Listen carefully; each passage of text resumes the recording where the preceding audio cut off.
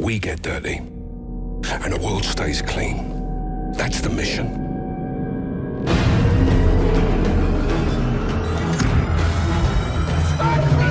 Stupid bastard! Where's Barker? You can't know war unless you have fought arsehole and elbow in some shitbog full of traps.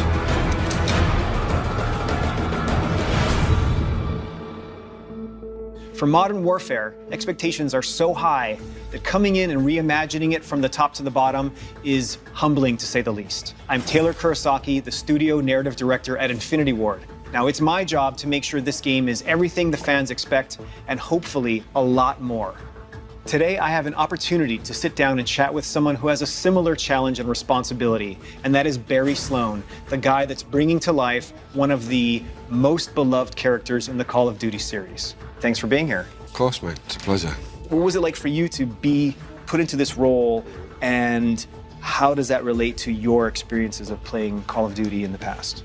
I was very drawn from Call of Duty 4, the first Modern Warfare that came out. I had that as part of my upbringing, my childhood, and then to become him has been just an incredible experience. I knew that if we found a guy who could exude what I think we all have in our collective memory of a guy that is Price, Yeah.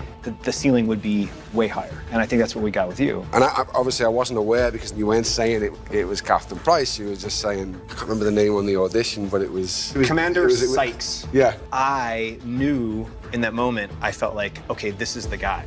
This is our Price. I wanted to be able to drop your voice into a real thing that we were working on. Okay. And so I couldn't have you say, under my command, Exactly, yeah. Commander Sykes. Yeah, exactly. Yeah. So I crossed out Commander Sykes, and I probably shouldn't have done this. It's probably a total breach of protocol I enjoyed and it. whatever.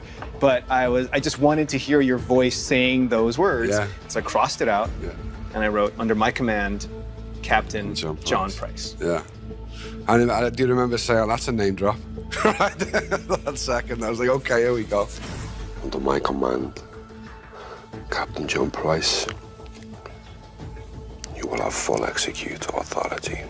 One of the most exciting things for me is the collaborative nature of what it takes to make this. Yeah. And how many people are responsible for the performance. And I remember speaking to Mitch, who's our technical advisor who I'd worked with before, and he said, you know, no one man can play Price, it takes an army. And it's very much that, and it has been from day one. You know, I'm the first guy to ever get to physically move him, so I had to find a way to make this guy real and believable, and a guy who can work in a 2019 scenario.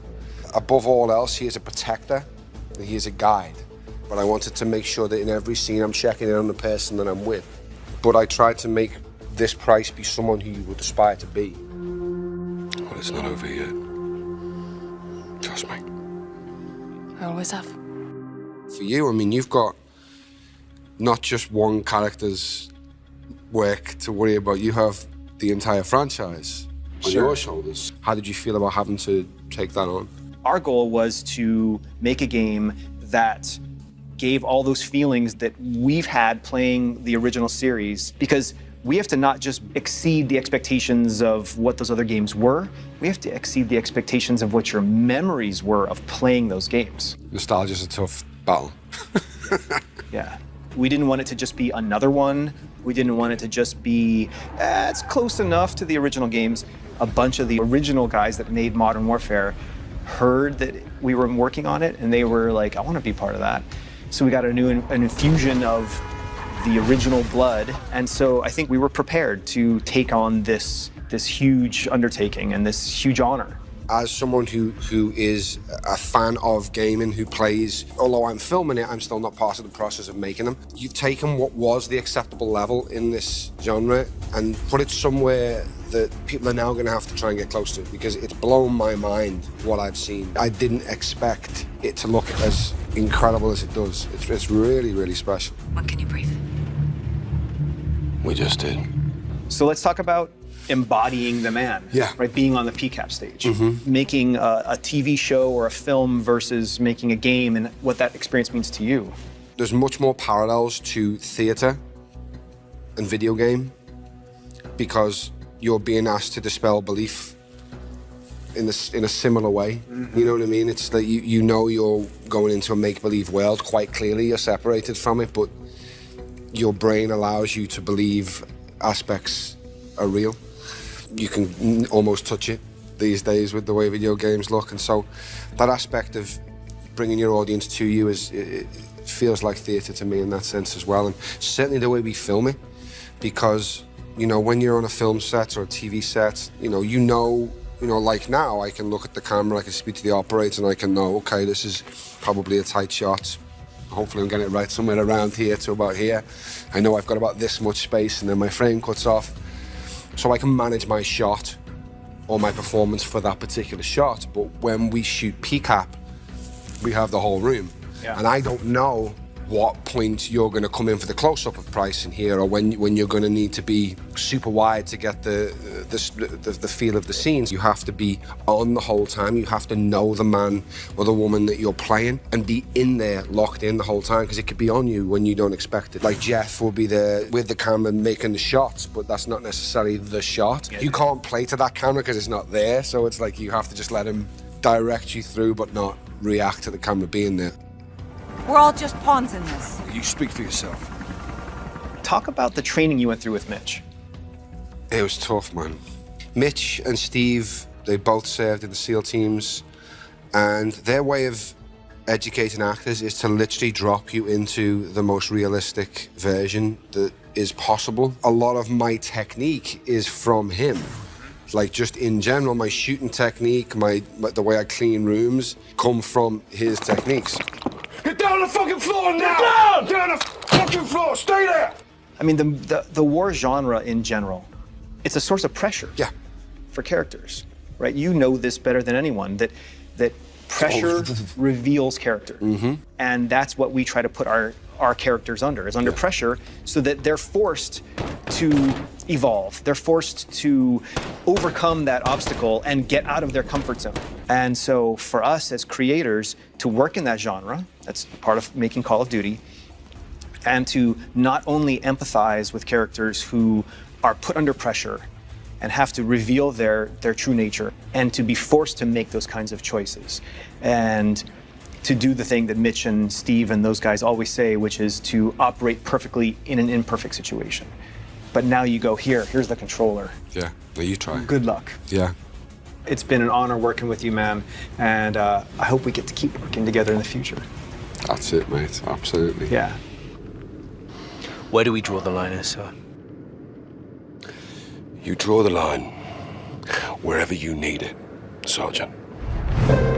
With the first Modern Warfare, it was topical, raw. It spoke to the world around us. And I'm really honored to be creating new, exciting experiences in the Modern Warfare franchise. We knew that we couldn't just tell a story from the angle of the West.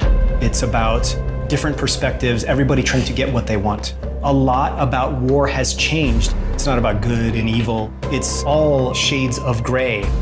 There aren't sharp lines. Everything is life and death, and there are consequences. We get dirty, and the world stays clean. That's the mission. To get those different perspectives, we had to work with different consultants. We're trying to merge the authenticity from the actual battlefield and give the player something that they can invest in. If you've never been there and experienced it, you really can't even wrap your head around it. Having spent a lot of time in different conflicts around the world, I was able to give the creative team a deeper understanding of what it's like on the ground and what the civilians who have been caught in the crossfire are experiencing. The invaders of my country have no regard for human life. The story is so beautifully rendered, and it's written with a lot of thought and care. It mirrors the world that we live in today.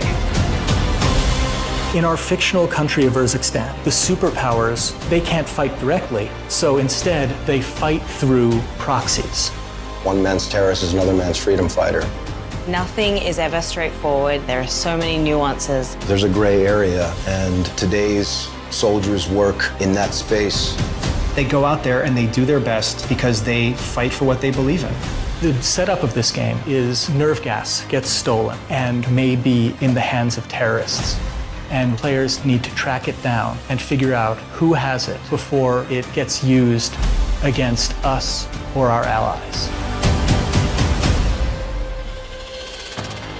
If you use these tactics, you are my enemy. No exceptions? None. How far are you willing to go? Where do you draw your line? And that's the question that's posed to every character.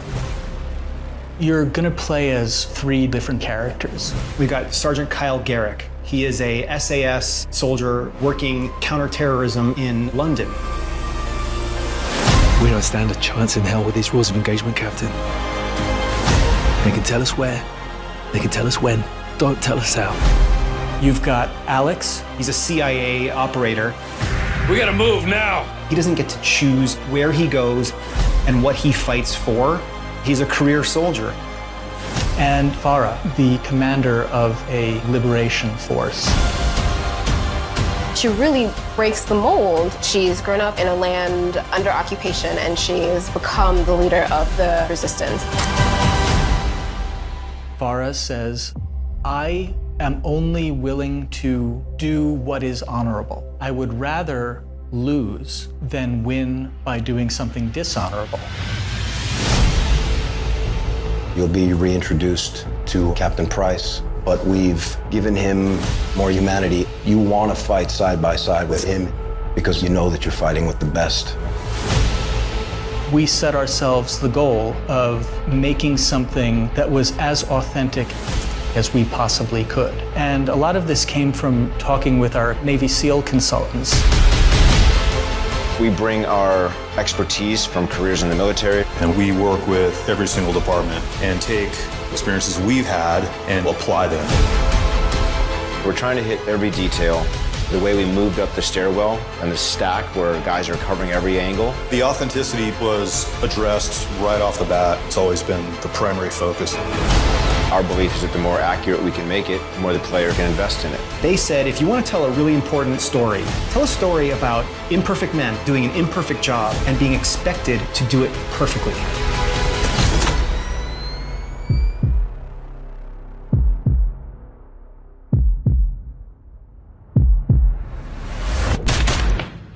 Secure. Where do we draw the line, sir? You draw the line wherever you need it. Soldiers are in really difficult situations. You have to process that information and make those split-second decisions. We've worked very hard to give players freedom to choose how these encounters are going down.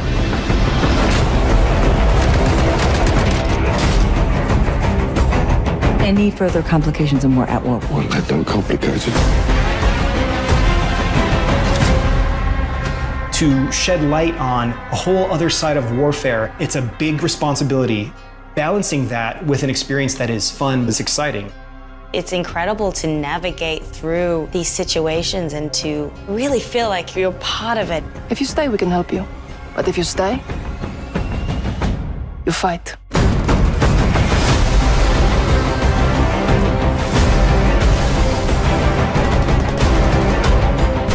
There's no uniforms. You don't know if the guy across the street has a gun or not. It's just as important to know when to pull the trigger as it is to know when not to pull the trigger.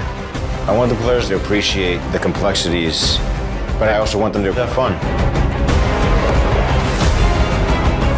We're always after this feeling of the controller disappearing out of your hands, feeling like I'm experiencing it from the perspective of the character. That allows us to tell these deeper, richer, more immersive stories. And with Modern Warfare, we've done that. At the end of the day, someone has to make the enemy scared of the dark.